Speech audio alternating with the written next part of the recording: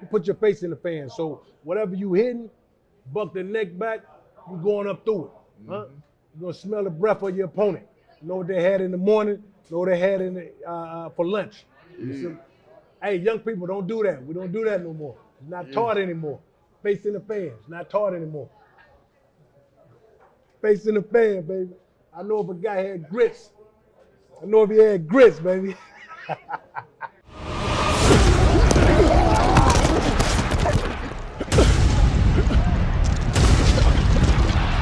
Welcome to another exciting edition of Up On Game Presents Conversations with a Legend.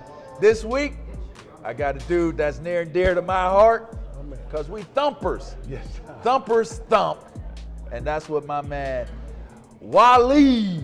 Yeah. Wali. Mr. Rainer out of UVA. LA, yeah, no question. Drafted to the Browns. Yeah. Had a great career. Hit Detroit.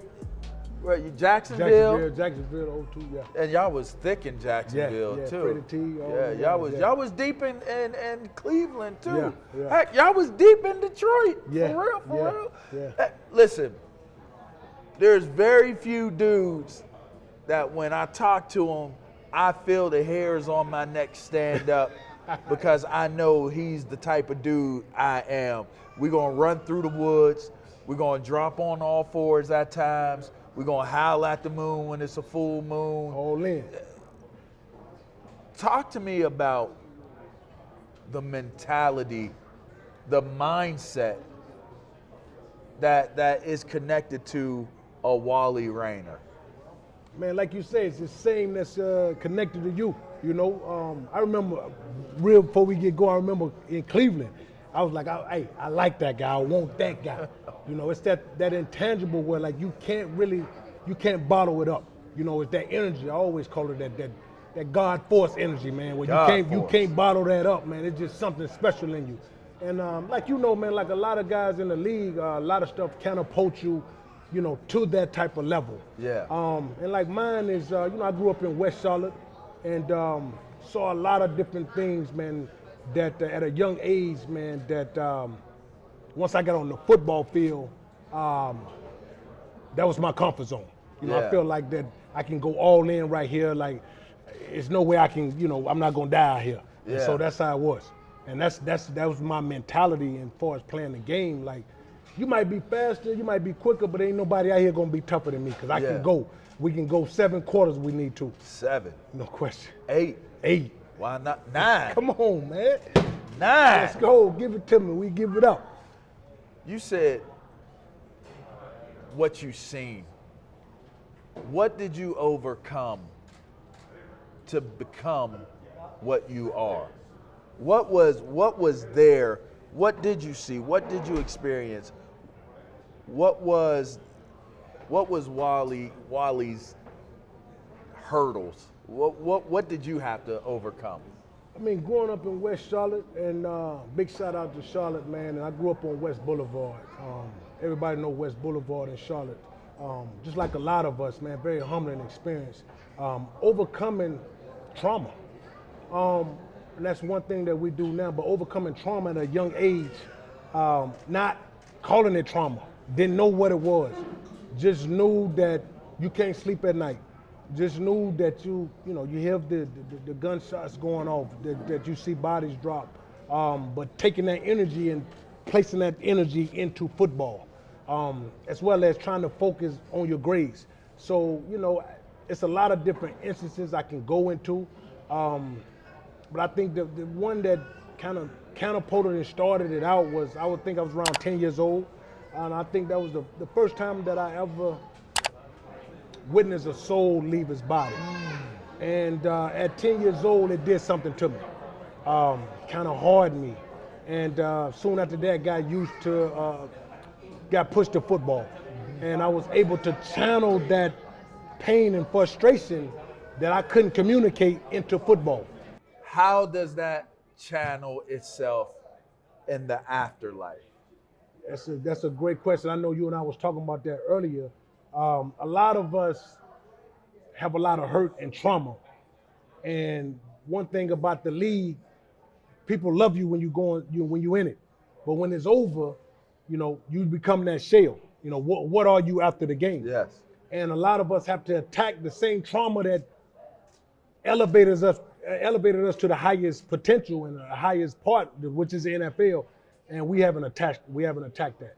So after the game, man, that's one thing that I try to do, especially with the young athletes, even us. It's a brotherhood to look, man. Let's go seek out and let's go deal with whatever it is that basically help you catapult you up there. Yeah. And handling things in that manner, in a therapeutic way, because this is something we talk about, is those things that you experience, because I too experienced those same things. Is that why it's so, for me, I lost a cousin that way. And people ask, why do you do this? I'm always asked, why do you do this? I had a cousin, Lele. That's his nickname. Layman, after my granddad's name. I named both my kids, their middle names, Layman. Okay. Lay got murdered. Street life. Right. Trauma. Right. Channel it through the game. That's right. After the game, I realized if I'm not giving these young guys an idea of who they are, then I've cheated the success that I was able to have in my life. Right. How do you? I already know what the answer is going to be, but I want our audience to hear it. When you've gone through the things that you've gone through, you've seen the things that you've seen, you're out of the game. How important is it for you to be able to teach those lessons to your sons, teach it to the extended sons that we have, knowing that your knowledge is actually the tools in their toolbox that they need to have success? That means everything to me. That's life right now. That gave me life after the game. You and I were just talking about after the game, who are you? And searching and trying to find out what was going on, I started giving life to receive life. And that, to me, right now is everything. That is what my life is made up of. I have 3 sons of my own, I have a daughter too, plays softball. But like I said, I extended young men.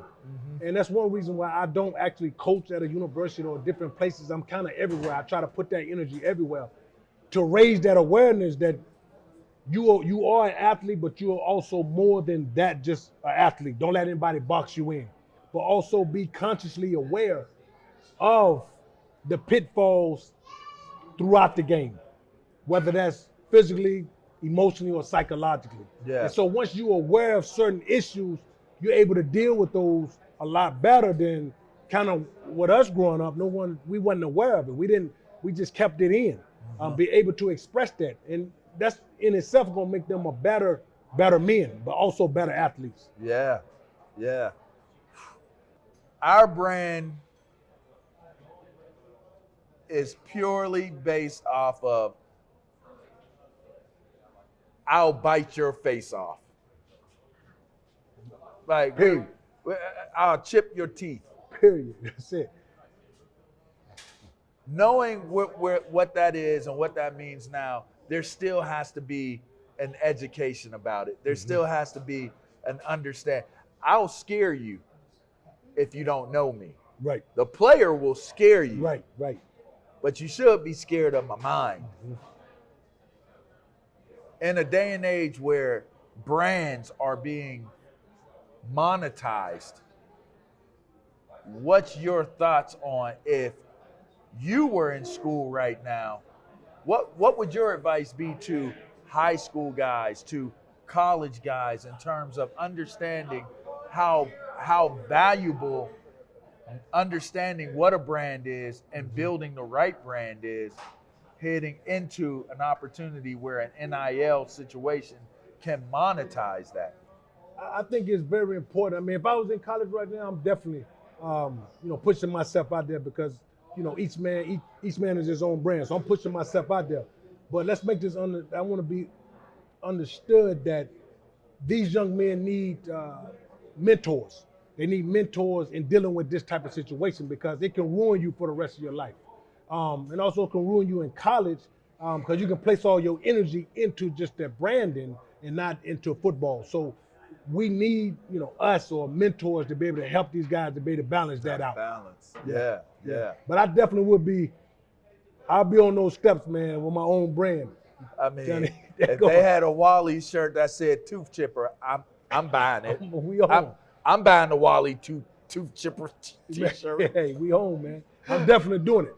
I mean, for all them out there, if you can't see it, he got a big ass scar on his nose. If you didn't know what that is, that's called a butter. See, I thumped Wali thumped, but he'll butt you too. And butt in football terms, put y'all up on a little game. Facing the fan. That's a butt. And sometimes you butt. I don't even know that that's how he got it. I know that's how he got it. How did you get it? How did you get it? Man, we just call it facing the fan, man. Myself, Brian Thweet, Jamie Sharper, Posse Perry, all that. You put your face in the fan. So whatever you hitting, buck the neck back, you going up through it. Huh? You're going to smell the breath of your opponent. You know what they had in the morning, know what they had for lunch. Hey, young people, don't do that. We don't do that no more. It's not taught anymore. Face in the fan. It's not taught anymore. Face in the fan, baby. I know if a guy had grits. I know if he had grits, baby. Yeah. That fan hits you in the face. That's right. And your face still there, you have no fear. Yeah, plastic surgery on this, man. Let's put that face in the fan, seeing what I used to love it. But again, it's not taught anymore. No back more. When you played, you used to have you had a big piece of tape on it to cover, try to keep it. Because I had the kept reopening it got calluses, it got big. Yeah. So I had to go get plastic surgery on my nose. Butter. He's a butt. LBs, baby. Butt. All right. Talk to me about in life, we all have challenges that we got to overcome. Mm-hmm. There's a very distinctive way that we handle our challenges as players while we're in the game. And we all have different mindsets on how we approach things. How is Wali Rainer handling the challenges now, post-career? Man, that's a great question, man. I kind of did a whole holistic change. I went vegan. A lot of times you helping others, but you also screaming out for help yourself. Sure. Connecting to my people don't acknowledge that. Yeah. Say it again. Hit them with that again, bro. Yeah, you be reaching out to others. But you really need the help. You want it yourself. For yourself. For yourself. You want to help yourself. We all be in that place. Be in that place. And I just remember after the game, wanted something more. And just like you, going out and helping the youth. When I went out to help the youth, that is what fueled me. That was the only thing in life. Wasn't money, wasn't cars, wasn't nothing. It's really helping the youth. That's what fueled me. But I was screaming out for help myself and didn't know how to ask for it. Talking to guys like yourself gave me the courage to say, man, something is not right. Yeah. Something is not right. I want to be here for my kids. I want to be here for all these kids. Something is not right. And we warriors. So a lot of us, we never. It's hard to turn it off. We never say, okay, something is not right. Because it's vulnerability. Yeah. You got to be vulnerable enough to do it. And I always been true to myself where I knew like it's not right. And so getting the proper help and being able to express, past traumas and then where I am right now. Because that's the only way you could get through it. It's the only way you can get through it. Is to address it. Yeah. And I took a whole 360 turn.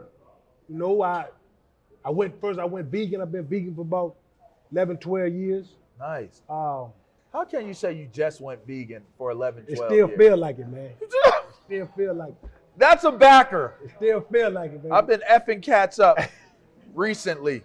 You know, How long? 11, 12 years. man, you know, I changed my lifestyle, man. I do more, what they call it, being intentional. Intentional. Being intentional. You got to be intentional. You got to be intentional, man. I do a lot of meditation, you know, just really changing up, what they call it, like my whole mind. We challenging the whole mind. We challenging the whole energy.